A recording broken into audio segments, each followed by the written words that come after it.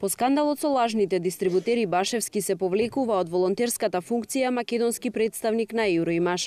Одлуката ќе им ја соопшти деновиве, а неговиот следбеник кој ќе биде назначен од Министерството за култура ќе мора да се позанимава со поднесување тужби против лажните кинодистрибутери. Остануваат сите лаги и клевети да се памтат.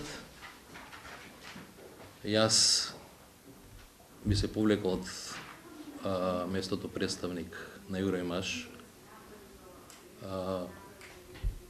македонски представник на Евроимаш, и ќе се заложам понатаму оваа функција да биде платена, бидејќи со себе носи голема работа и одговорност. Министерството за култура почна ревизија на работата на Филмскиот фонд и на неговиот директор, а тој пак поднесе пријава до антикорупцијска и до финансиската полиција, кои во понатамошната истрага ќе решат дали скандалот со Евроимаш ќе стигне на суд.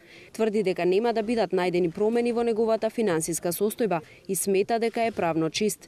Жали што не правел поголема контрола на работата на кинодистрибутерите, но се оправдува со тоа што немал доволно луѓе.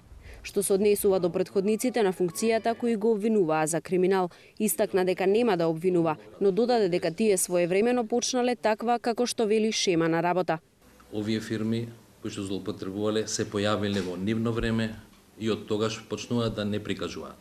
Значи воопшто не посочувам нити помислувам да посочам на нив за такви злоупотреби. Башевски ја спомена и 10-годишната блокада на Вардар филм. Каде е, например, документацијата за сервисот за снимање на филмот Peacemaker од околу $2 милиони, каде исто така отприлика толкава сума за филмот Welcome to Sarajevo и многу други работи. Значи, доколку Друштвото на филмски работници сака транспарентна работа, може да побара наидно да се расчисти и тој криминал во Вардар филм. Инаку додека на големо се раскажува за крими трилерот во филмска Македонија, исплатите за сите овдешни дистрибутери се во целост стопирани, а Евроимаш бара докази за работењето или неработењето на дистрибутерите.